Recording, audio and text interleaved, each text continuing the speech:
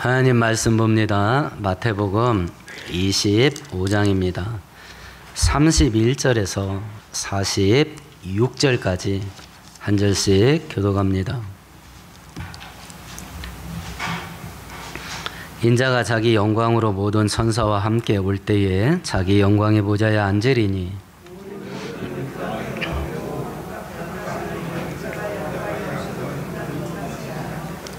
양은 그 오른편에 염소는 왼편에 두리라.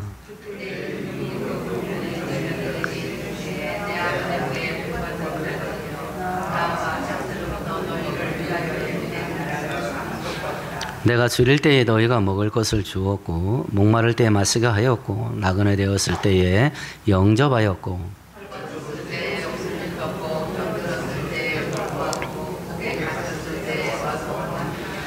이에 의인들이 대답하여 이르되 주여 우리가 어느 때에 주께서 줄이신 것을 보고 음식을 대접하였으며 목마르신 것을 보고 마시게 하였나이까.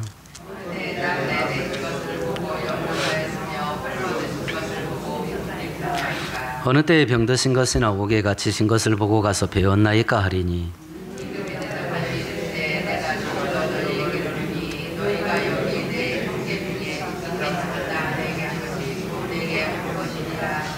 또 왼편에 있는 자들에게 이르시되 저주를 받은 자들아 나를 떠나 마귀와 그 사자들을 위하여 예비된 영원한 불에 들어가라.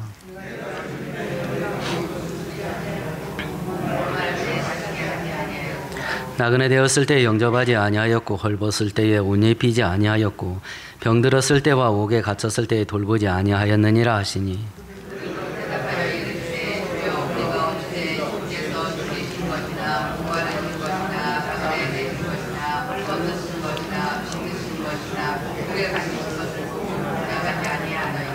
이에 임금이 대답하여 이르시되 내가 진실로 너희에게 이르노니 이 지극히 작은 자 하나에게 하지 아니한 것이 곧 내게 하지 아니한 것이니라 하시리니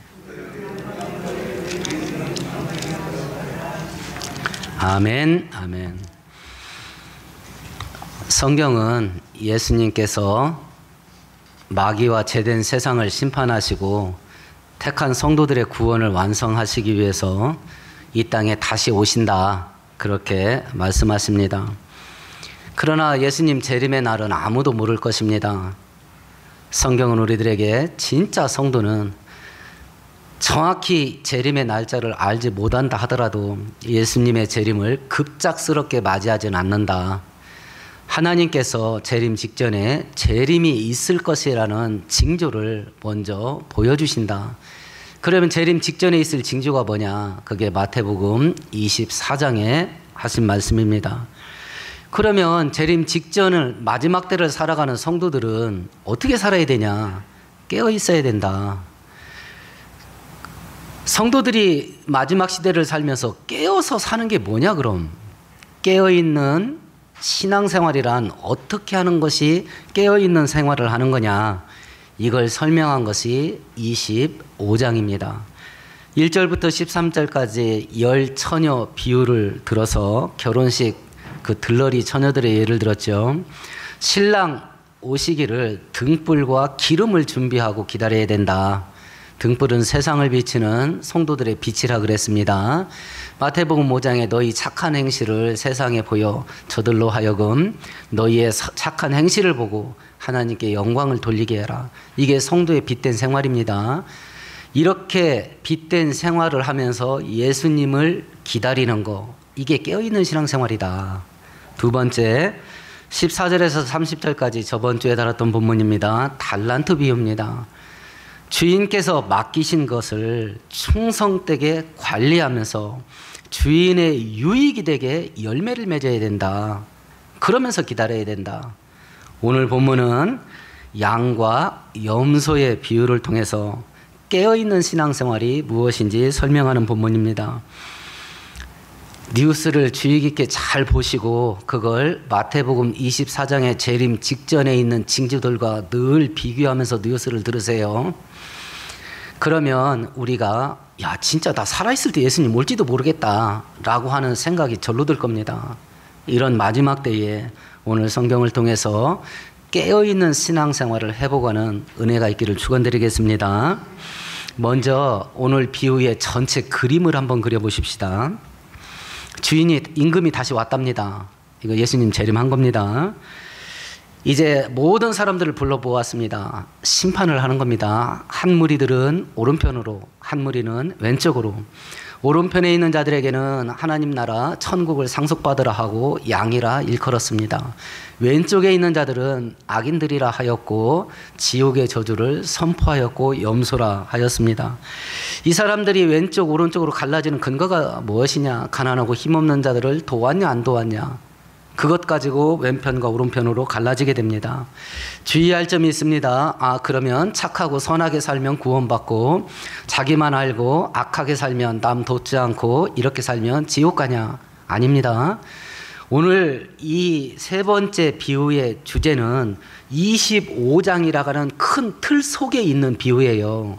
25장이 가리키는 주제가 뭐냐면 마지막 시대 살아가는 성도들이 어떻게 살아야 깨어있는 삶이냐, 깨어있는 신앙생활이냐, 이걸 알려주는 거예요. 그렇기 때문에 착한 일 많이 하면 천국 가고 나쁜 일 많이 하면 지옥 간다. 이 양과 염소의 비유는 그 내용이 아니에요. 깨어있는 신앙생활, 재림이 임박한 마지막 때 성도들이 깨어있는 신앙생활이라는 게 대체 뭐냐? 이웃을 내 몸과 같이 사랑하는 거다. 가난하고 힘없는 자들을 힘써 돕는 거다. 그들의 고통과 함께하고 그들의 무거운 짐을 함께 짊어지면서 예수님 오시기를 기다리면서 사는 거. 그게 깨어있는 삶이다. 그런 뜻입니다. 이게 착한 일 하면 구원받고 나쁜 일 하면 지옥 가고 이런 뜻이 아니에요. 25장의 세 가지 비유는 주제가 똑같습니다.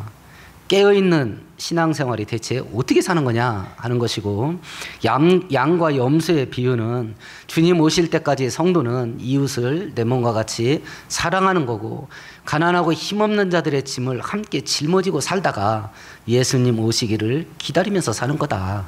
이걸 얘기한 겁니다. 이제 오늘 비유를 하나하나 살펴봅니다. 우리 31절만 같이 읽어보십시다. 인자가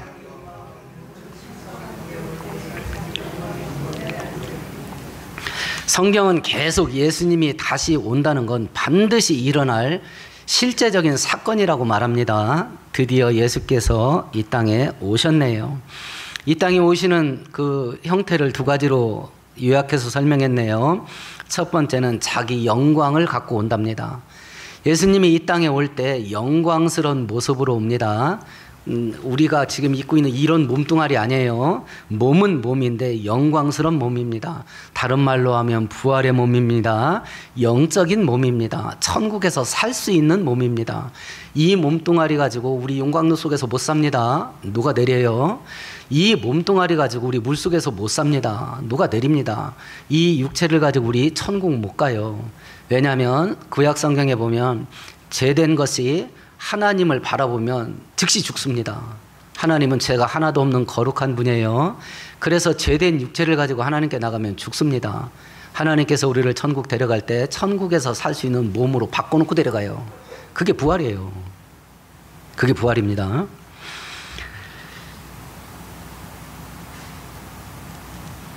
우리 교단 이당상담연구소 통계를 보니까 우리 한국에 내가 예수다라는 사이비 교주가 약 40명 정도 있다고 그럽니다. 근데 그 무리를 따르는 자들이 대략 200만 명이나 된대. 이 200만 명이 기독교 인구 1000만 속에 들어갔냐 안 들어갔냐. 통계청에서는 이걸 넣을 것 같아요, 뺄 것 같아요. 이단 200만 명을. 이단이 기독교라는 이름 쓸까요 안 쓸까요? 예수라는 이름 쓸까요 안 쓸까요? 다 씁니다. 그러니까 국가 정부 기관에서는 기독교라는 이름을 갖고 있는 단체니까 전부 기독교에다 다는 거야. 이 1000만 명 안에 이단 200만이 있습니다. 저는 개인적으로 천주교에 있는 분들이 교황이 하라는 대로 신앙생활하면 전 지옥 갈 거라고 확신해요. 교황이 하라는 대로 신앙생활하면 예수만 믿어야 됩니다. 천주교는요 만신전이에요. 모든 신을 다 인정했어요. 그리고 지금 있는 교황은 예수를 믿지 않아도 착하게 살면 천국 간다고 공식적으로 선포했습니다. 천주교 다니면서 예수만 믿으면 구원받을 수 있습니다. 근데 교황이 그렇게 안 놔둡니다.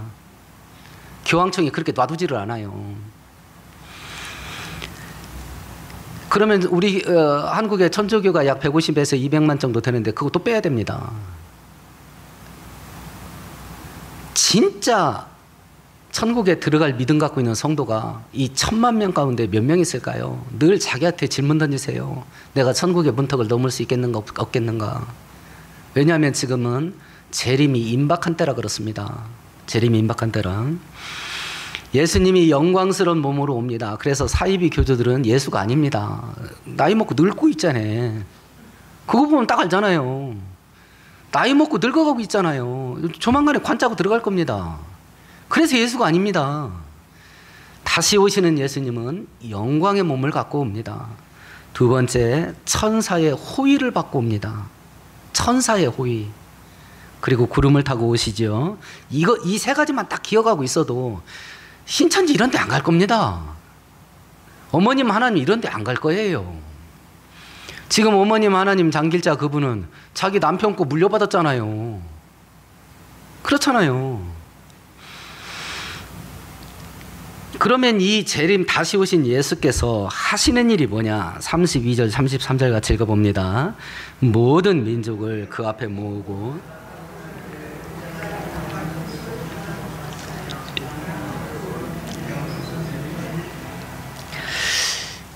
양과 염소로 무리들을 딱 분리를 했습니다.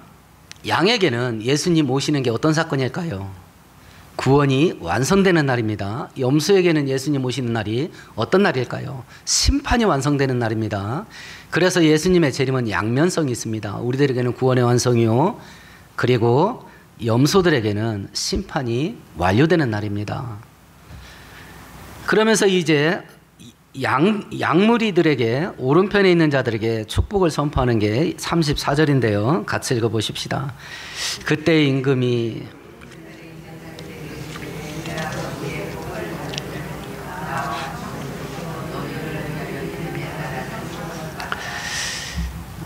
오른쪽에 있는 양무리들에게 뭐라고 말했냐면 아버지에게 복을 받을 자들이다. 우리 한글 성경은 미래형으로 번역해 놨어요.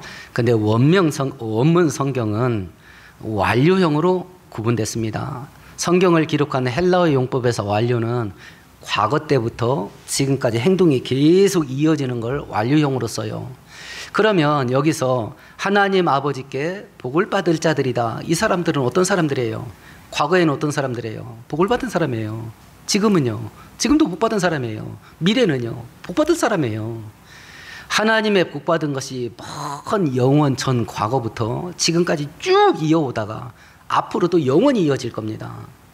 그래서 하나님의 최고의 축복은 선택의 축복이에요. 하나님의 자식으로 선택해 준 거. 선택해 준 거.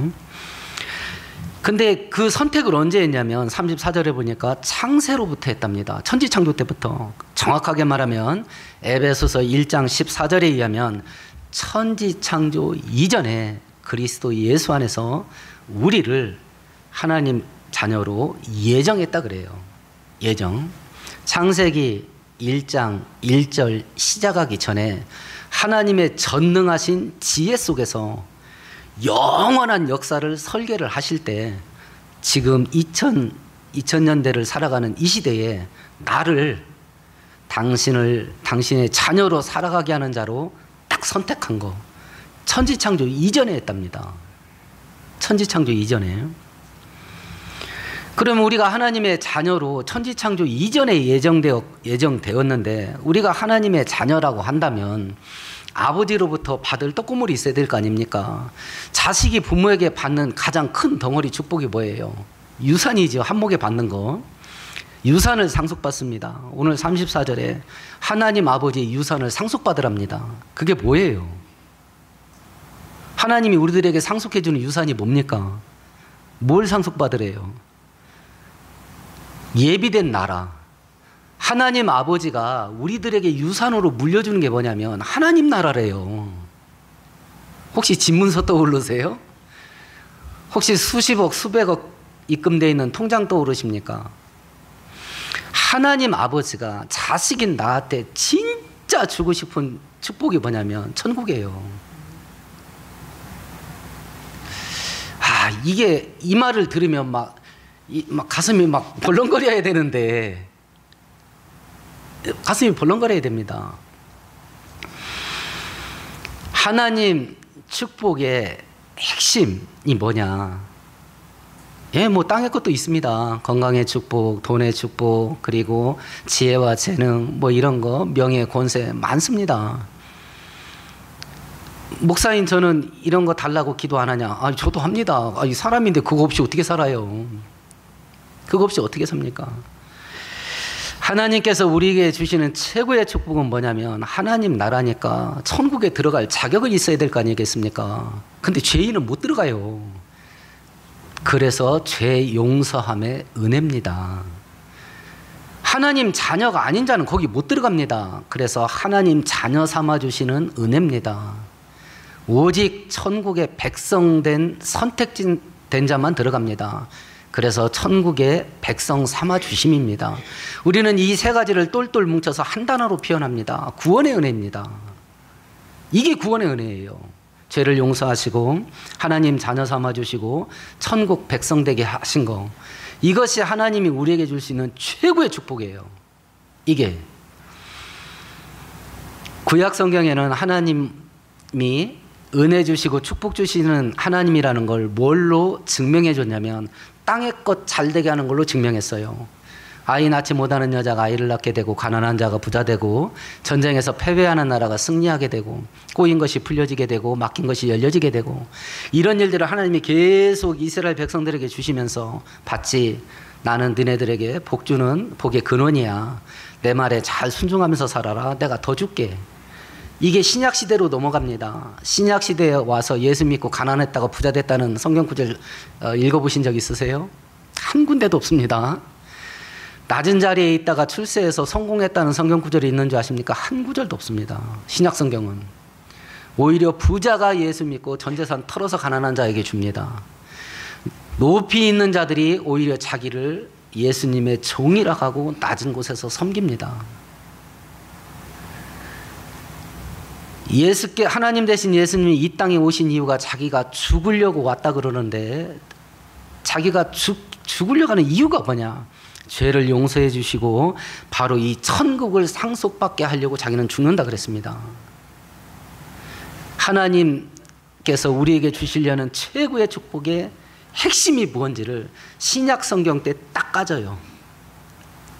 양파 까지듯이 완전히 개방됩니다. 그런데 말이야, 구약시대에 그렇게 좋은 걸 주셔왔던 하나님이 신약시대에 딱 넘으면, 얘들아, 그런데 말이야, 내가 너희들한테 주려고 했던 진짜 좋은 건 뭔지 알아? 이거야 하고 딱 내놓은 게 뭐냐면 구원의 은혜예요. 구원의 은혜입니다. 마귀는 이걸 우리가 막 심장이 막 불이 붙을 정도로 이 은혜를 받아들이게 놔둘까요? 안 놔둘까요? 놔두질 않습니다. 어떻게 만드냐? 시큰둥하게 만듭니다. 시큰둥하게. 그리고 다른 것에 우리의 심장이 불이 타게 만듭니다. 그 중에 하나가 돈이에요. 그 중에 하나가 성공과 출세입니다. 그 중에 하나가 편하고 재미있고 즐기면서 사는 거예요. 이것이 현대 기독교를 위협하는 3대 우상입니다. 3대 우상. 지금 예수께서 분명히 다시 반복합니다. 하나님 아버지가 자식들에게 유산으로 상속할 게 있다. 그게 뭐냐? 천국이다. 그게. 하나님의 축복은 이 땅에서 받는 것이 아니라 천국에서 받습니다. 물질적인 것이 아니라 영적인 겁니다. 세상에 속한 것이 아니라 하늘에 속한 겁니다. 이것이 믿어지고 이것이 갈망이 돼야 돼. 그래야 세속적인 것, 물질적인 것의 유혹에 믿음이 흔들리질 않을 수 있어요. 돈 좋다. 근데 없으면 어떨 거냐? 어떡할 거냐? 없으면 할 수 없지. 없는 대로 살고 만다나. 아니, 돈이 없이 산다고? 나는 죽어도 그렇게는 못 산다. 이러면 끝난 거예요. 나는 돈 없이는 죽어도 못 산다. 이러면 끝난 겁니다. 돈 있으면 좋지. 근데 없으면 없는 대로 살아버리는 거지. 평생 죽을 때까지 하나님이 돈 없이 가난하게 사신다. 그거 짊어지고 살아버리자. 이러면 되는 겁니다. 이러면. 왜냐하면 하나님의 최고의 축복이 천국이라는 걸 알기 때문에 그래요. 알기 때문에. 우리 성경 한 구절 찾아볼까요? 이 구원의 은혜가 심장에 박히면 어떤 일이 벌어지는지 신약성경 366페이지 찾아보세요. 히브리서 11장입니다.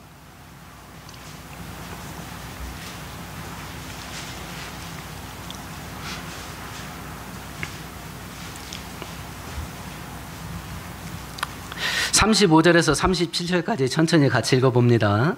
여자들은 자기의 죽은 자들을 부활로 받아들이기도 하며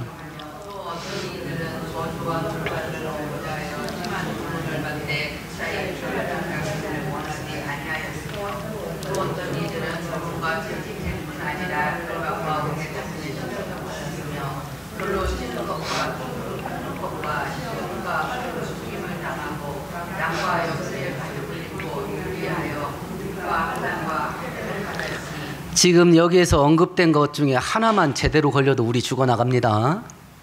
여기서 언급된 여러 가지 환난과 핍박의 목록이 쭉 나오죠. 이 중에 하나만 제대로 걸려도 우리 죽어나가요.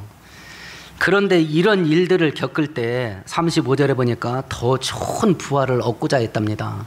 그래서 이런 일을 만날 때 구차하게 도망가려고 하지를 않았답니다. 구차하게 그걸 피하려고 하지를 않았대요. 왜 그러냐? 더 좋은 부활, 천국 가려고 그랬답니다.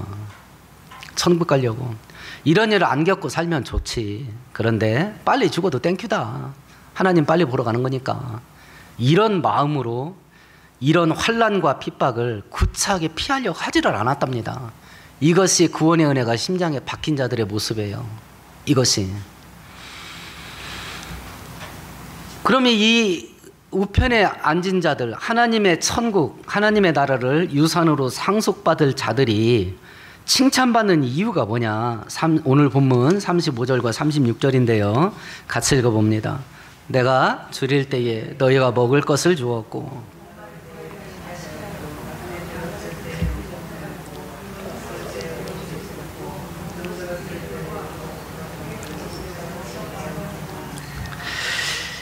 이렇게 착한 일 많이 해서 이웃사람 돕고 약한 자들 섬기는 착한 일 많이 해서 니네들은 천국을 상속받아라 이런 뜻이 아니라 그랬습니다. 성경은 예수 외에는 하나님께 나갈 길이 없다고 분명히 선포를 했습니다. 에베소서 2장은 너희가 그 은혜를 인하여 믿음으로 말미암아 구원을 얻었나니 이는 행위에서 나온 게 아니다. 하나님의 선물이다 그랬습니다. 너 내 자식이 이건 하나님의 일방적인 은혜입니다. 그러면 내가 예수를 믿고 하나님 자녀 됐다 라고 하는 걸 대체 뭘로 증명할 거냐? 뭘로 증명할 거냐? 야고보서 2장은 행함이 없는 믿음은 죽은 믿음이라 그럽니다. 성경대로 성도답게 예수 믿는 사람처럼 사는 행위, 이걸로밖에 증명이 안 돼요. 이걸로밖에 증명할 수가 없습니다. 내가 예수 믿는 사람이라는 걸. 불신자들이 한국 기독교를 왜 이렇게 욕하냐? 우리의 행위를 보니까 이게 증명이 안 되는 거야.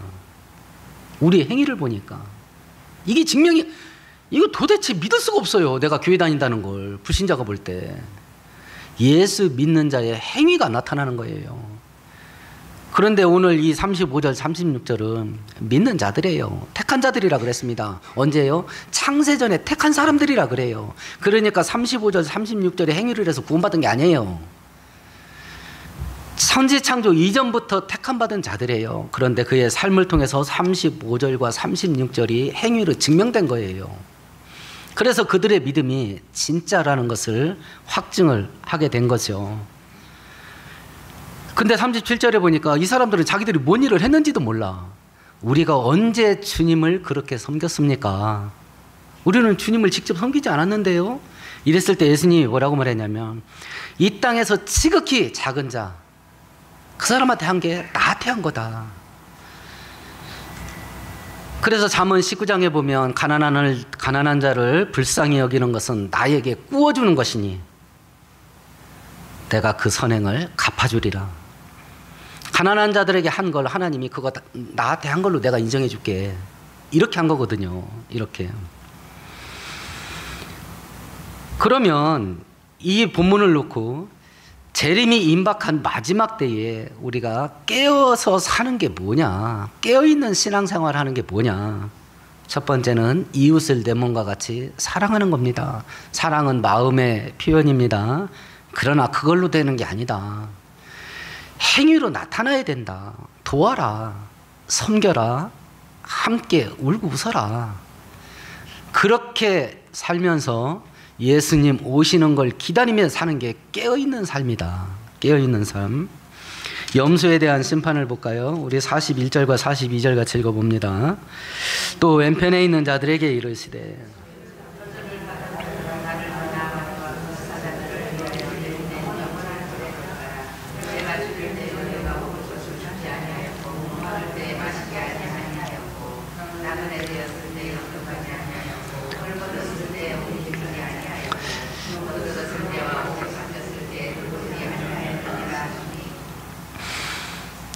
왼쪽에 있는 염소들에게는 영원한 불, 지옥불에 들어가려고 합니다. 왜 그러냐? 양들이 했던 거와 정반대의 일을 합니다. 하지 않았고. 그러면 이 사람들이 왜 이렇게 하지 않냐? 그들 마음속에 하나님이 없어서 그래요. 하나님이 없어서 그럽니다. 이제 오늘 말씀을 이제 그림을 다시 짜맞춰 보십시다. 재림이 임박한 이 마지막 때에 깨어있는 신앙생활하는 게 뭐냐? 첫 번째, 이웃을 내 몸과 같이 사랑하는 거다. 마태복음 22장으로 넘어가 보십시다.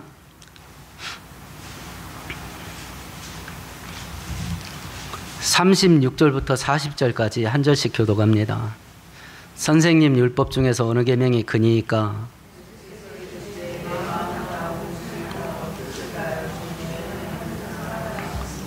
이것이 크고 첫째 되는 계명이요.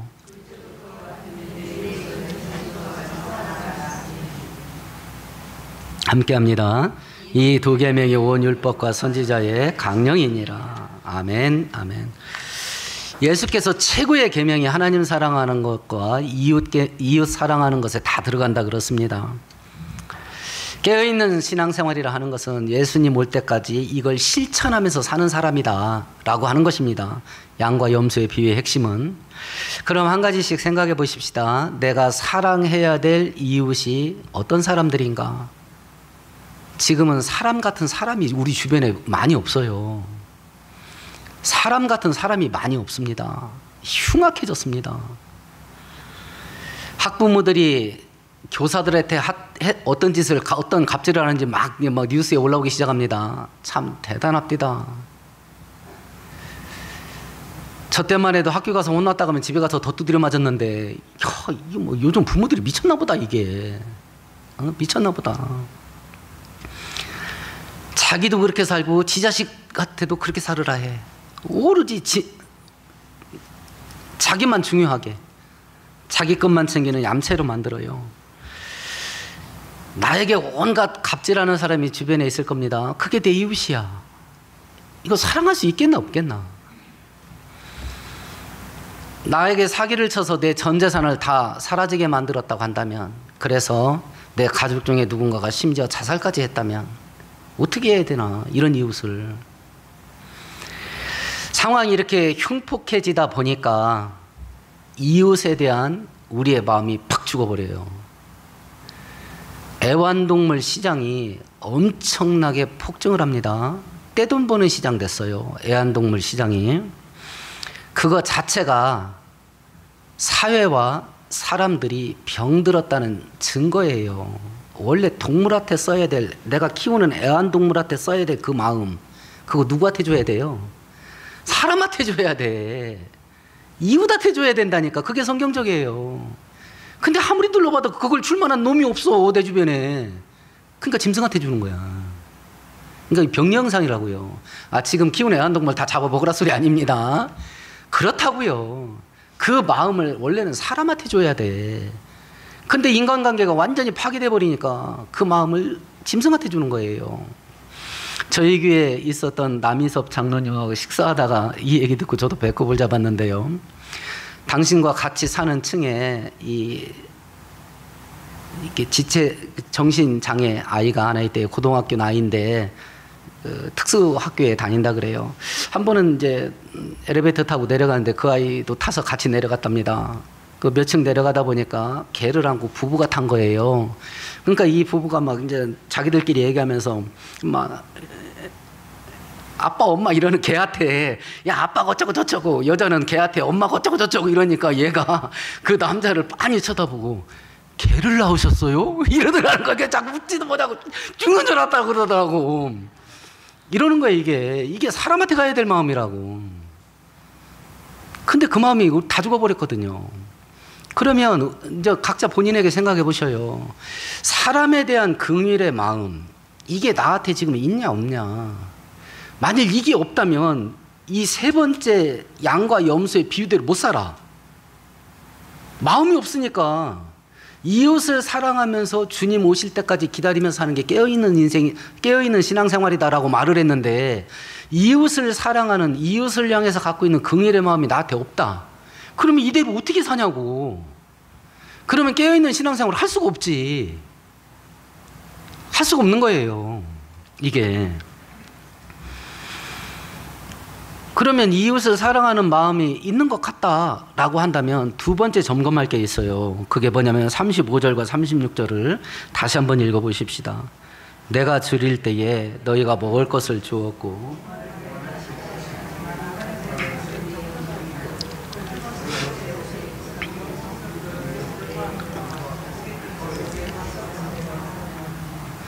35절과 36절의 내용대로 내가 실천을 하려면 나에게 있는 것 중에 뭔가가 없어져야 돼. 뭐가 없어져야 될 것 같아요? 이거 하려면 내가 뭘 쏟아부어야 돼, 여기다가. 먹을 거 없는 자에게 먹을 거 주려면 내가 뭘 써야 돼요? 돈을 써야지. 핵심은 긍휼의 마음이에요. 이웃을 사랑하는 긍휼의 마음. 두 번째는 그거 실천해라. 그러려면 돈을 써야 돼. 그러려면 돈을 써야 됩니다. 누가복음 10장에 보면 우리가 잘 알고 있는 선한 사마리아인 비유가 있습니다. 어떤 사람이 여행하다 강도를 만났습니다. 전재산 뺏기고 완전히 두드려 맞아서 죽기 일보 직전입니다. 제사장 지나갑니다. 모르는 척하고 쑥 지나갔습니다. 레인이 보았습니다. 모르는 척하고 쑥 지나갑니다. 유대인들이 사람 취급도 안 하는 짐승 취급하는 사마리아인이 지나가다가 자기가 갖고 있는 포도주 기름, 이건 의약품 대용이니까 그걸로 치료를 합니다. 그냥 놔뒀다는 큰일 날 것 같아. 여관으로 데리고 갑니다. 여관 주인에게 돈을 줍니다. 내가 어디 무역하러 가야 되는데 올 때까지 돌보고 있어라. 비용이 더 들면 내가 와서 다시 준다. 예수님이 물어봅니다. 이 사람 중에 누가 이웃이요? 라고 물어봤습니다. 사람들이 대답합니다. 선을 행한 사람입니다. 그거 하려면 돈을 써야지, 돈을. 돈을 써야 될 거 아니야, 돈을.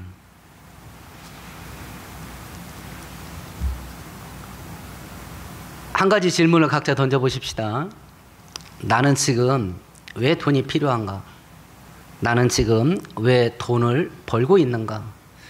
나는 내 자식들에게 진로지들을 하면서 편하고 잘 먹고 잘 살게 하기 위해서, 성공하기 위해서 돈을 많이 벌으라고 가르치고 있는가?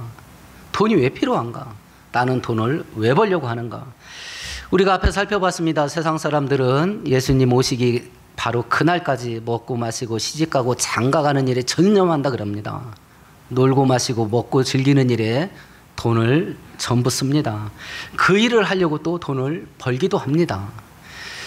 하나님께서 보시기에 합당한 돈 버는 목적이 뭘까요? 성경은 두 가지로 말합니다. 첫 번째, 하나님께 많이 바치기 위해서 돈 벌어라. 두 번째, 이웃을 섬기기 위해서 돈 벌어라. 나눠주기 위해서. 이게 진짜 성도들이 돈 버는 목적입니다. 진짜 성도들이 돈 버는 목적이 뭐냐? 나 헌금 많이 하고 싶다. 돈 많이 벌어서 나 헌금 많이 하고 싶다. 두 번째, 나 돈 많이 벌어서 진짜 힘들게 사는 사람 그냥 원 없이 도와주고 싶다. 이것이 성경이 우리들에게 가르치는 기독교인들이 돈 버는 목적입니다. 이제 각자 다시 질문 던져보세요. 나는 지금 왜 돈을 벌고 있나? 나는 왜 돈을 많이 벌려고 하나? 각자 질문을 던져보세요. 성경 한 구절 찾아볼까요? 누가복음 6장 한번 찾아보십시다.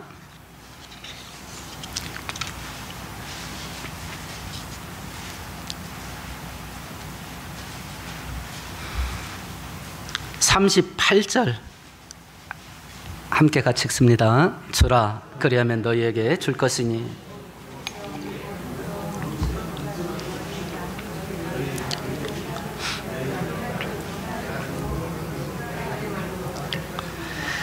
줘라. 그러면 나는 니네들한테 누르고 흔들어서 차고 넘칠 때까지 부어주마. 이게 하나님의 약속이에요. 저는 하나님이 이 약속대로 할 것을 믿어요. 믿습니다. 그런데 이런 이야기들을 이렇게 하면 성도들의 표정을 보면 네 한번 살아봐라. 그게 되나? 이런 표정이에요. 네 한번 살아봐라. 이게 되나?